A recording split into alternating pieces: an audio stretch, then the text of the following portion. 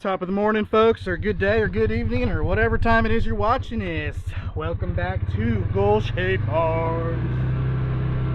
If you're new to the channel, my name's Dane, and we do a little bit of everything. We farm a few acres here in South Central Texas, all for hay.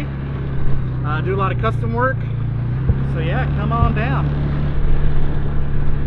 Well, I'll have to explain this later, but we are a sloppy mess right now. We have gotten 12.5 inches of rain since the 1st of May. Here we go. So yeah, we've gotten 12.5 inches of rain since the 1st of May, and it is a sloppy mess out here. I'll go around and show you later, but we had some major drainage issues, which I think we have under control now. But needless to say, it's been a fun and eventful last few days. So today, Dad already put some time in getting the hay equipment ready.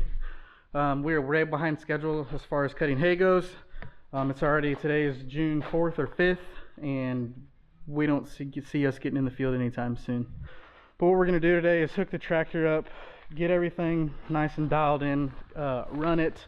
We got to go through the baler a little bit, get everything greased and oiled, make sure everything's in working condition. We haven't moved it since we parked it here end of last year, and so it's time to get after it. Once the good Lord actually lets the ground dry out, we'll be hitting hay hard, and it's going to be a mad dash to get everything in quickly. Everything's so big right now, we're going to have a lot of high yielding fields, so we have our work cut out for us as soon as it dries out. One more.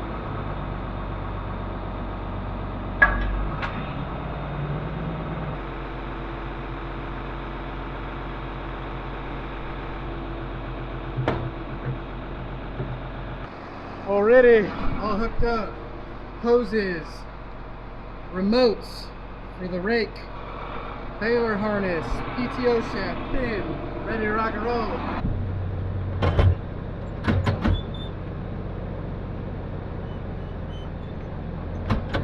Helps if you put in forward gear. The tricky part about all of this, this rig is super handy in the field, but when it comes to maneuvering it around and backing it into places, it gets a little tricky. That rake's pretty long and that baler's real short. It's real short coupled, so you don't exactly have a lot of room for error when it comes to backing it up. So we'll get it though. I'm gonna try to back it in the shop. I don't make too much of a mess.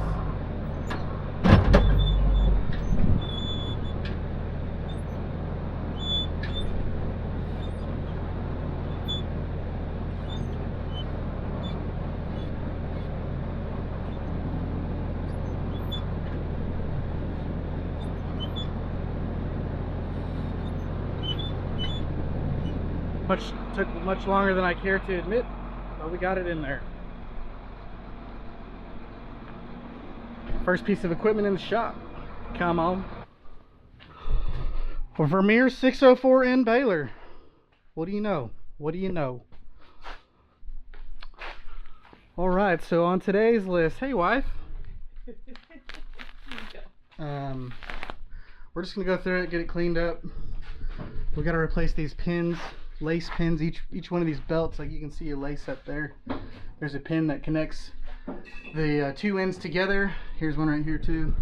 So this little pin right here is what we'll be replacing today. It's good to do them like every 1,000 bales. We're way overdue, so it might be fun trying to get them out, but it's good to replace them pretty often so you don't have any headaches when it does come time to change them. So we'll see how today goes. I'm not 100% sure on that. Everything else here looks good. We're gonna go through and see what the pickup teeth look like, things of the nature. Yeah, it looks good though. Nothing crazy going on here. So again, if you're new to the channel, we live in a 50 by 30 barn dominium we had built, and then me and my dad actually finished out the, excuse the mess, I'm just showing you, but we finished out this, I don't know what that is, 30 by 600 square foot barn dominium style. We finished out the inside, so that's where me and the wife and the 2 kids live. In the meantime, while we build our, we could call it forever home, but you know, anything's possible. There's our forever home. It's coming right along, roof's on. Had a little bit of a window issue lead times and such are crazy right now, so they're finally starting to finish up framing. And then they'll get the last coat of paint on there. And then I believe they sheetrock next week, so maybe at the end of the video I'll kind of give you an update of the house and kind of show you through it. Let us get started here. So the first things first, we got to slack up these belts. So what you do is, to slack up the belts, you open the door all the way, and then there's this doohickey right here that you spin in there. So we're gonna have to go quite a ways up, but you'll lift the door all the way up. It's not all the way up right now. I'll probably back it up a little bit more. Actually, that's what we'll do. But you lift the door all the way up, and you come over here and adjust your pressure. Excuse the mess of this baler. I'm kind of embarrassed to be showing this to you. But you back the pressure off, and what that does is allows the belts to stretch out a little more, or allows the door to open up really more. Then you can slide that thing under, and then as long as that thing is there, you can lower the door, and it slacks these belts down. So that's what we'll be doing. Got a lot of cleaning up to do on this thing though. Alright, so the pressure's not backed off enough.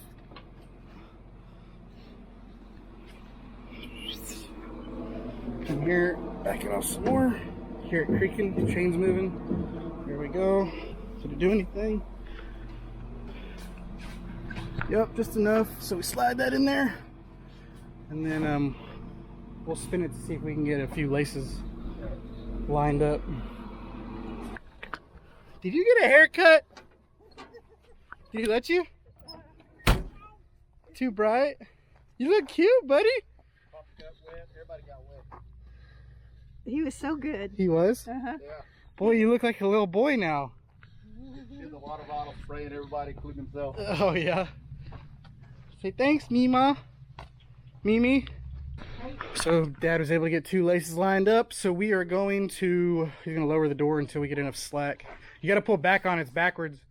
All right, and there it is. So now we'll lock out the door, and we'll start banging away at some laces. This is usually fun. Typically they say you can get, if you can get a little bit of a nub, like this one's all boogered up. Oh, it's tearing, the lace is tearing. This pin's broke too. Shoot, this one's gonna be a booger. Actually, see if you can't pull that out. Can you get a needle nose in there?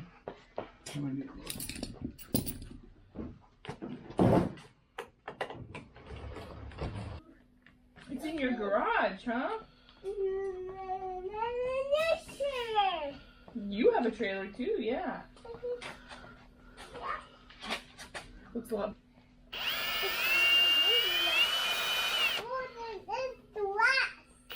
There you go. There you go. You are. You can touch that. No, man. Ooh, yeah, no, get you. Rosie had the best. She's there today. She had the best time with. He's really holding her head up. Yeah. Yeah. It's stuck? It's in there for a reason. Let me get some paint. It's pinned in there for a reason. Be on top of it I'm now. glad he let you do it. Yeah. Let me see that. These are going over the kitchen.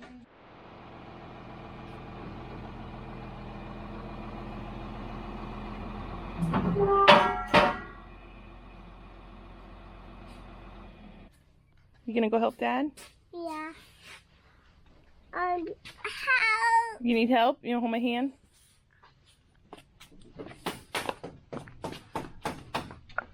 God, he looks like, I don't know if he looks younger.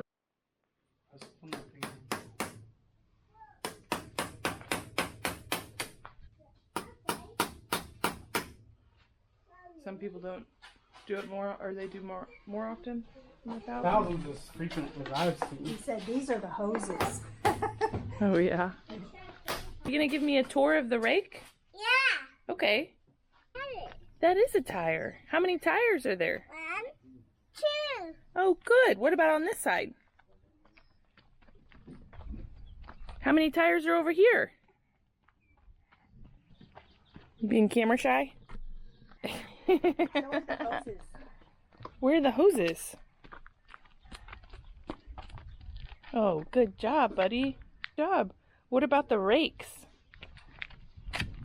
Oh, yeah. Where's the tractor bucket?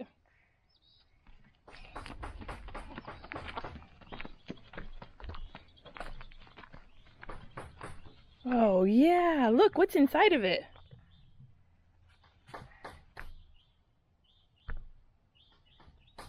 I want mine. They go. It's all muddy. Eat wash. It needs a car wash. It does. The man. Yeah, a lot of mud. Oh, yeah. Oh, your puppy. It was actually pretty good. Little sister. Hi, ginger girl. Alright, well, here is the carnage of pins that we pulled out. A few broken, but overall it wasn't terrible. There's 6 belts on this baler, and what we went ahead and did, see how we spray painted it so we know that we hit it. And then I found this on one of the Facebook group pages that people do it to kind of give an indication of, you know, as soon as that paint wears off, it's a pretty good indication that it's time to change pins anyway, which is probably more frequent than 1,000 bales. But I think the manual says every 1,000 you should change them, and that's kind of like the standard, industry standard. So we try to stick to it, but we went a whole season without changing them. But honestly, it only took us 25 minutes probably, so not terrible. Right now, Dad is working on, I was working from the back and he's working from the front to get some of net wrap out. That kind of gets jammed up in the rollers. Pain in the butt, but it is what it is. I think we can roll it now. Yeah. It'll kind of flop out and I can pick it out. Once we got this kind of stuff done, we'll pull it back outside on the slab here and start pressure washing it.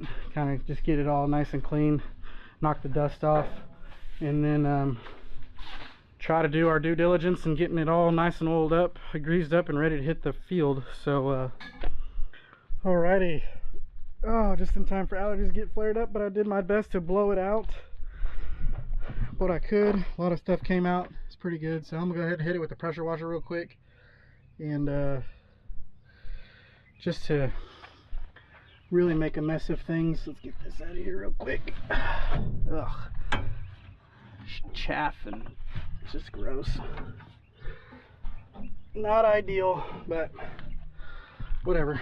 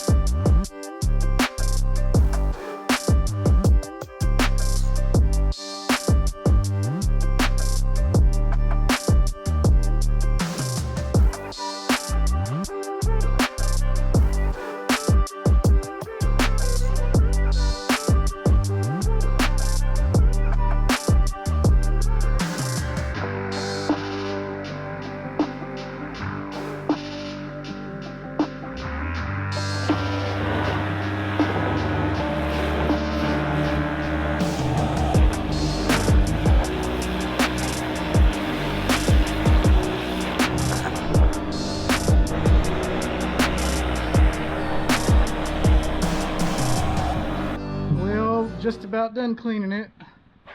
Got a little rain shower coming over, but just hitting it with the hose now, trying to knock off all the little splatter. It was pretty filthy, as you can see. Not exactly a professional pressure washer, so yeah, nice and covered, but it's got to get done. Happy it's done, but man, we cannot catch a break from this rain. It's supposed to rain another inch or so today, and this might be the start of it, and it might not end. So let me help my wife. You're so strong.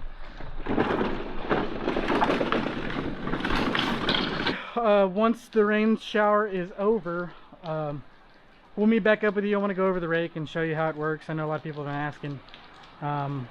So we'll kind of go over the ins and outs of it, what all it entails. I did do a few videos on it years ago, but we'll go back over it again.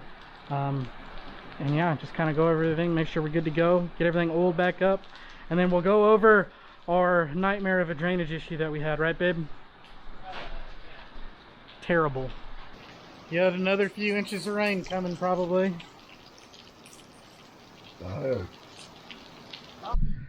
Alrighty, so here's the gist of it. We're running a Vermeer 604N Select baler. It's a 2019 model. And hooked to it is a flex rake, and I'm sure some of y'all know, or most of y'all who watch this channel know, that this is a rake where you pull. It's got a PTO shaft from front to back, and it runs the baler as you rake. So it's a one-man, one-pass job. We pull it behind a John Deere 4440. That's a 79 model. It's got about 7,000 hours with about 800 on an in-frame overhaul. Good running tractor. We love it. So we'll start at the front of the rake. Kind of want to show you how this is done. So this rake allows you to only run 2 hydraulic hookups, which is we only have 2 SCVs on this tractor. To run this entire rig, you technically need 4, but this rake has a built-in hydraulic splitter, and we'll get to that when we get to the back. So it runs with 2 hydraulic outlets. Here's our baling harness, and then here's actually our hydraulic splitter harness. Goes to the remote up there. And then obviously the PTO shaft, heavy duty, son of a gun. It's ridiculous. Here's where the shaft comes in, harness goes in, everything runs through, they call it a utility trough all the way. So this top tube is your utility trough, and the shaft runs through the bottom, the PTO shaft runs through the bottom trough or square tubing. It's a hydraulic fold. There's one long cylinder that folds the entire rig out. It has a working width of about 28 feet, 26, 27 feet, something like that. This is the 12-wheel model. They have a 10 and an 8, but honestly, I don't know why you would get that, because you can fold it in and out and, you know, cover as much or as little ground as you want to. Like I said, it is just a wheel rake, not power rake. Pretty straightforward hay rake. We'll get to the back of the rake over here. This is where the hydraulic splitter is. There's a bank of 3 solenoids in there, all electrically controlled from the remote in the cab.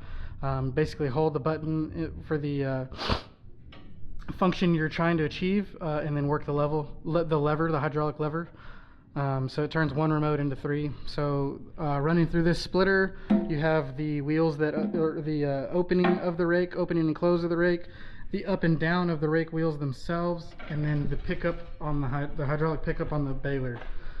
So those all flow through the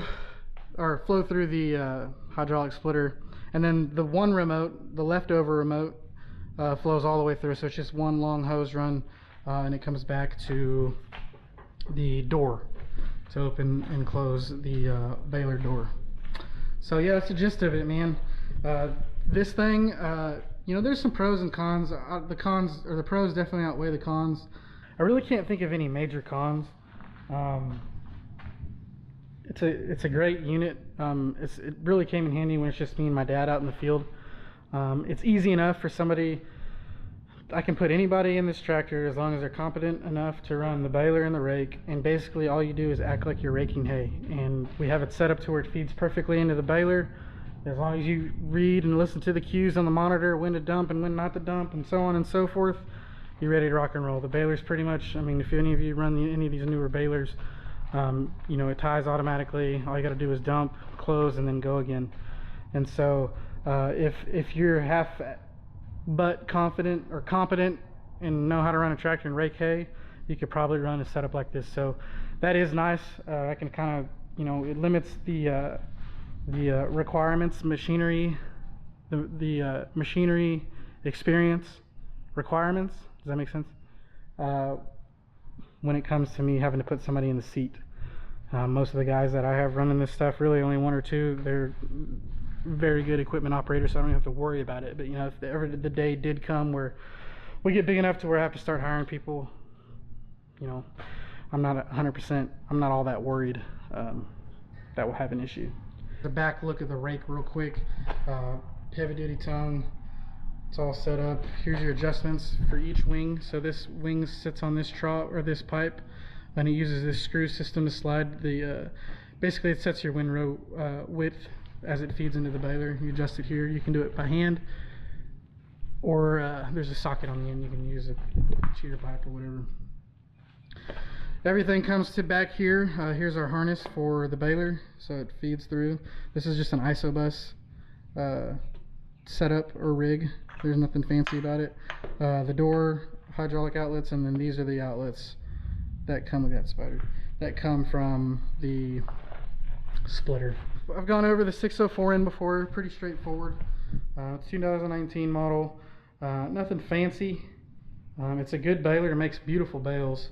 A few issues we've had with it, not make or break or anything, but I will say we've run other models and brands, you know, that start a bale quicker, faster, and better.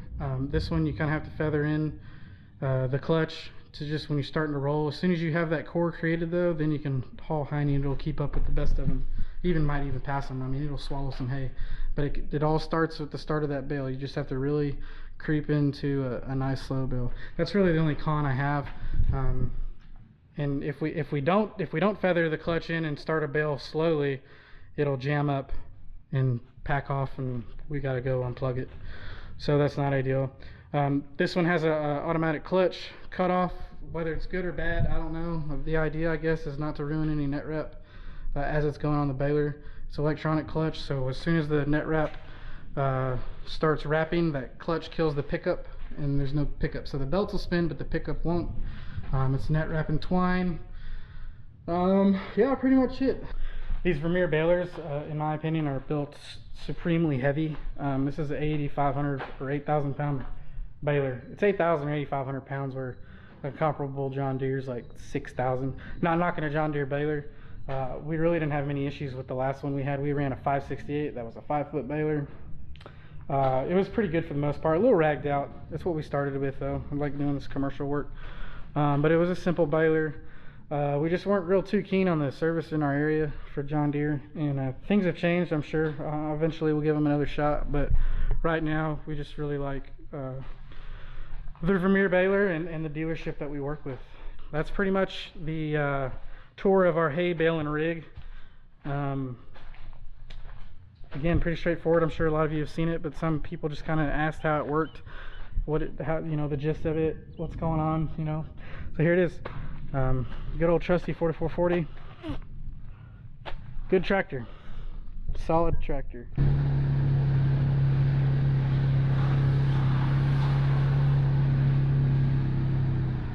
So as you can see, our tank is plumb full. And you know, here's the inlet and that's the overflow. And so that overflow was probably 6 inches taller than what it is now. And now we have it flowing out of there just fine. See all the dirt I had to move to achieve this at a minimum. And so I have my homework cut out for me when it comes time to clean all that up. I don't know, I'll probably just fill up on the back side of this hill. And I don't know what this is going on with this terrace here, but anyway, this place just happens to catch a lot of water, and I was not expecting it. This is the first time we've ever seen this amount of rain. And it's good that we're able to see it, no doubt about it, so we can make adjustments now. And so I've got all my work cut out for me here as soon as we dry up, which I think today was our last real day of rain, for a little while at least. Who knows what's going to happen, but yeah, it's kind of what we're dealing with right now, so I just figured I'd show you that. Just figured I'd give you a little update of the house here. It's coming right along. If any of y'all are paying any attention to what the market's doing these days, housing market, construction market, materials, building materials market, it's all bonkers. But you know, things are starting to work out. So we had a little issue with the windows, basically lead times, and so that's why that exact wall isn't painted and or finished framing or the windows installed. It should be here pretty quick. You know, but once that's done, the windows in, they'll start sheetrocking. So hopefully it's in the beginning of next week, Monday, and they'll be able to start putting sheetrock inside. But yeah, this is it. Here's our front porch. Pretty cool stuff. We're really excited. It's turning out great. R&D is doing a great, phenomenal job. I don't know if I'll be able to get in here. Oh, they got us tied in. Well, heck, let's just go around. All right, here we are. Hi, babe. So back porch, we went around. Snap of the fingers. Oh yeah, so this is our back porch. We're gonna have a kitchen there, outdoor kitchen. Pretty big, grand back porch, because we are outdoorsy entertainers and people, and we like to be outdoors. So, all right. So, walk in the front door, and boom, it's kind of like our dining room area, if you will. large, tall ceilings. It's only a 1-story, which is really tall. So those dormer windows up front are non-functioning. They go into the attic. This side's our kitchen. See the sheetrock's installed. They're ready to rock and roll. That's our pantry, kitchen. Island's gonna be here. The wife wanted a big window while she does dishes. I guess me too. Looking out. It's kind of our view. I get to look at tractors while I do the dishes. That's pretty cool. Walk in over here real quick. That's my wife's office. This is the laundry room. This is the master. Pretty cool, decent size. We don't want it too big because we don't like overly huge masters. Master bath, his and hers. I don't even know which side's mine, to be honest.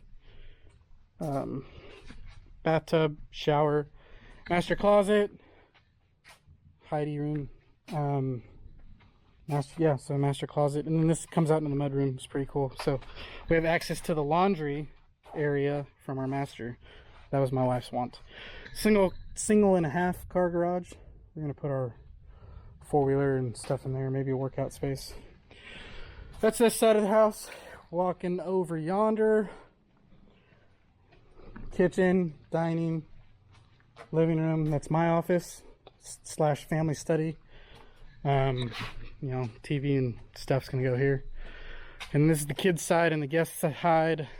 Guest bath, or guest bedroom, and then guest bath, and you know, closet over there, and then the kids' bedrooms. Baby Gentry's bedroom, baby Grayson's bedroom, and they share a Jack and Jill bathroom, so they share the shower and the toilet, but you know, they have their own vanity. So here's Gentry's room, closet. So yeah, that's kind of the gist of it. I know that was a quick run through, but I just kind of want to show you the layout. Alright guys, well that's pretty much all I have for this video. Just to do a quick recap. It is June 5th and we have yet to cut a single blade of grass as far as the hay business is concerned. We've gotten almost 13 inches of rain in the last month in a few days. So that has put us way behind. Although we're very thankful for the rain, you know, it's just going to be a hellacious drop of the hat. Get after it, cut everybody's hay as soon as... Ooh, almost fell. We're just going to have to cut everybody's hay as soon and as fast as possible once we get that golden window to go do so. Gave you a run through of the rake in Baler, our setup, our entire baling rig. If you have any questions, drop them in the comments below. Send me an email. My email is always in the description. FedEx is backing down the driveway.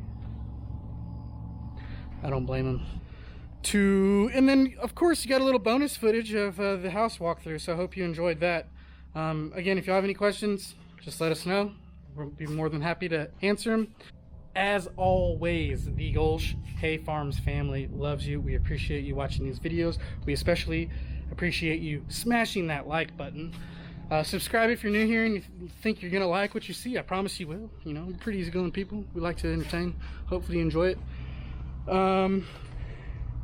And again, stay dry, y'all, or if those who need rain, we're praying for rain for you. Hopefully you can have some of this. So y'all take care. We love you. Bye-bye.